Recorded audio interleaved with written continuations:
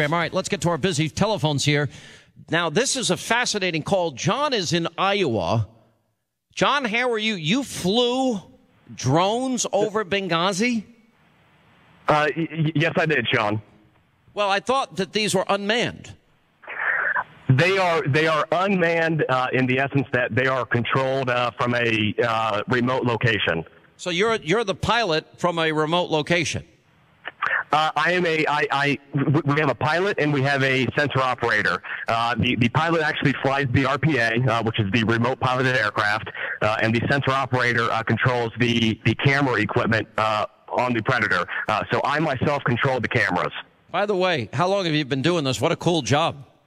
I've been involved in this for approximately 10 years now. You know, I watched when I was in Iraq. I watched a couple of these drones take off. I mean, it's just fascinating to watch it. It really is.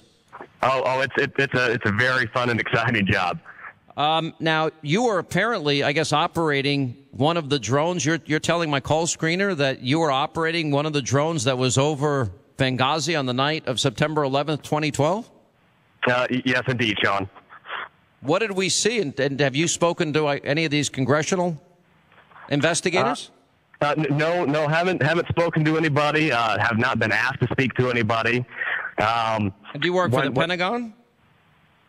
No, work for the military. One of the branches of the services. Would like to try to keep that. Mm-hmm. I appreciate that. So you were operating this drone that was flying over Benghazi the night of this attack on our embassy. Yes. And the video footage that we got when we initially got on station, and we were told to go down to the consulate. It was already under attack, and it was already on fire. And we were asked then to go to the annex and try to just watch and make sure that the individuals that were in the annex, were not going to be coming, under attack there either. So, okay, the CIA annex, which was, I guess, about a couple of miles away. So, how good is the imaging that you're able to see? I mean, from that drone. You can definitely discern if any individuals are carrying weapons. I mean, you're able to pull out if they're carrying any type of rifle or an RPG. When you start getting into smaller caliber weapons, you won't really know unless they were to fire them, and then you could see the muzzle flash in the infrared camera. So you basically are pretty much an expert at viewing this video.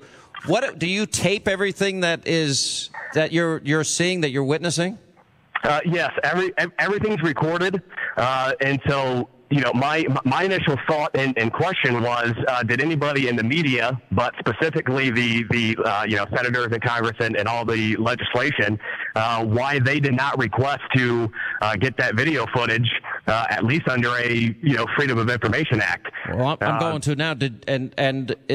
What do you do with the video when you're finished with a mission? If nothing significant happened during the mission, after a certain amount of time, it ends up being destroyed or just rewritten over. Because you got to take in consideration that we are flying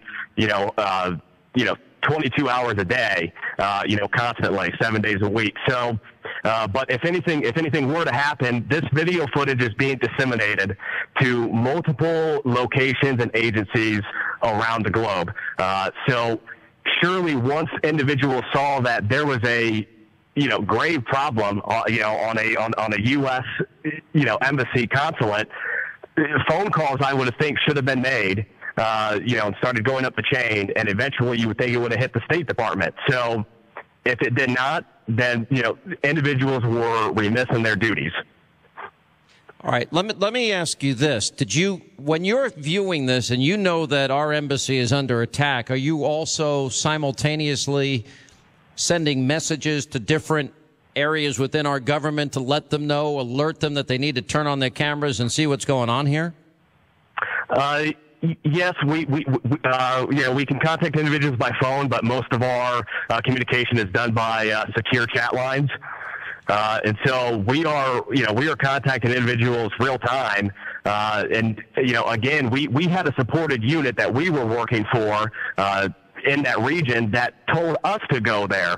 It was known prior to us even taking off, from the location that we took off from, which I can't name, that hey, you're going to be going to the consulate because there are reports of something might go down or is going down. So it was already known, in my eyes, in my mind, hours before. How vivid is this memory in your mind? It's 8 months later. Do you remember with specificity what you saw? So again, as soon as we got there, we were given the coordinates on where to go. So we got on the station. Immediately, I threw the camera onto the consulate. It was a little bit hard to, pick out the building, if you will. Specifically the shape, but that's because we were in the infrared, camera. So the fire on an IR camera, will just bloom and almost wash a majority of items out. But there were dozens, if not hundreds, of people surrounding the consulate. There were cars, continually driving by and stopping. And it was at that time we were only over the consulate for maybe about 5 minutes when we were told to then go watch the CIA annex. And, our guys that were inside of there were on the rooftops, and they were looking in the direction of the consulate. And we were told just watch the entries and exits to the annex and make sure nobody's trying to break in and get them there. But we wouldn't have been able to do much anyways due to the status of forces agreement that we have with other host countries on where we're located. We were not allowed to be armed that night. That's unbelievable to me. Now, but you basically saw the attack that was unfolding. Did you go back and look at, after you were checking out the annex, and I understand at some point there was even a fear that the annex was going to be attacked, but did you go back to the embassy portion to see the second wave of the attack? Not to my recollection. Again, obviously it's several months later.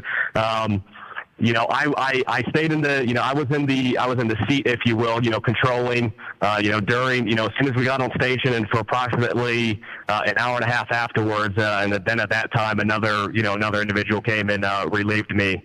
Do you know for sure in this particular case if these tapes have been saved? I know a lot of this is on the record because I've heard some of this about the drone, and I've also heard that at some point the drone needed to land. I don't know if that was after you got off duty or not, but apparently I'm not sure why that it needed to land, but it did need to land for some reason. Maybe it'd been up in the air too many hours.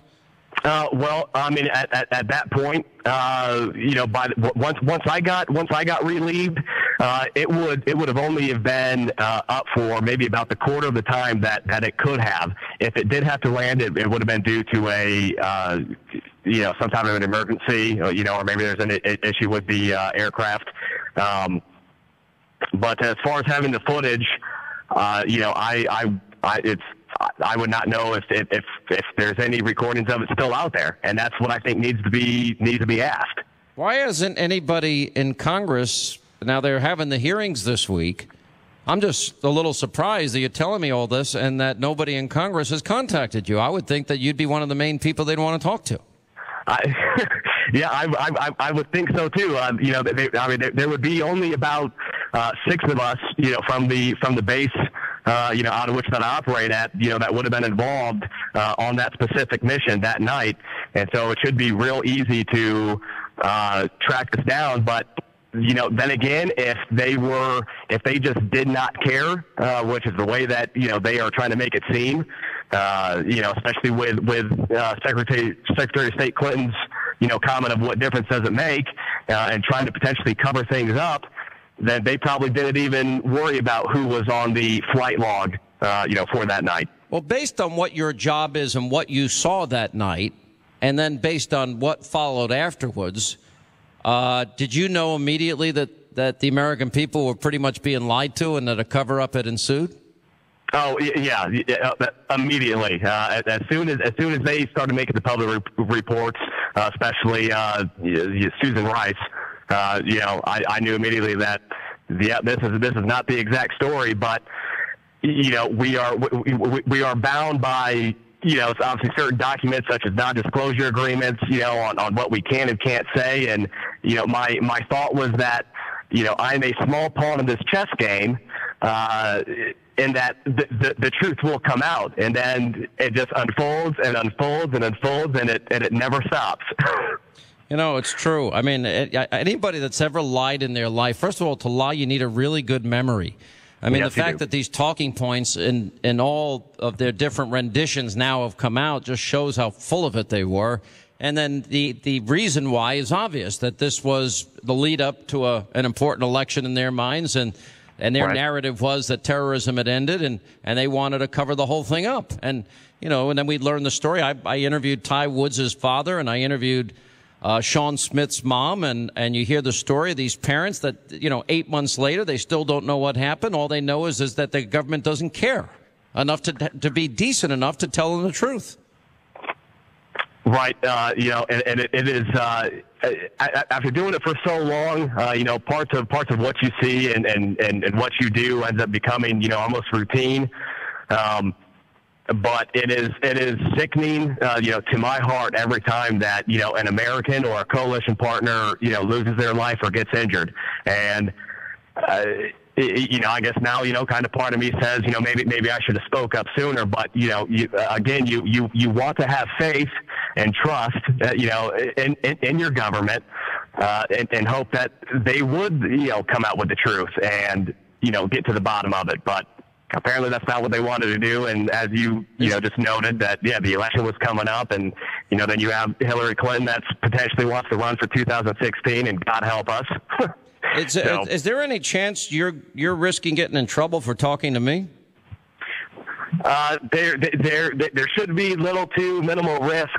Reason being, I have on an unclassified report that I was that I was there for the initial Benghazi attack, and then I monitored the U.S. agents. So the majority of everything that I just spoke to you about on the record. Yeah.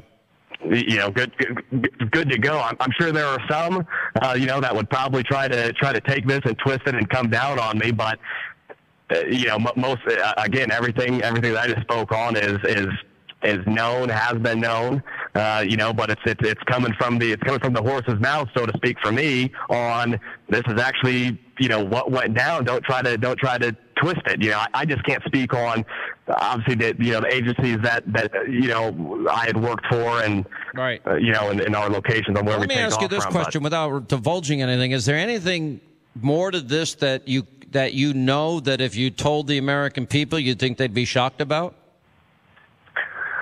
Nothing that I would be aware of. My only comment would be that the video footage would at least clear up and to help discern that if this was a protest, then this would have been the protest of all ages. I mean, it was unbelievable. There was too much activity going down, and just to seeing the guys, our guys on rooftops looking on. I mean, you would think that they would have been able to, keep things calm. Can I put you on hold here for a second? I really appreciate you calling in, John, and obviously this is what you do. If you're working with these drones, that's amazing work, and we thank you for all you do. But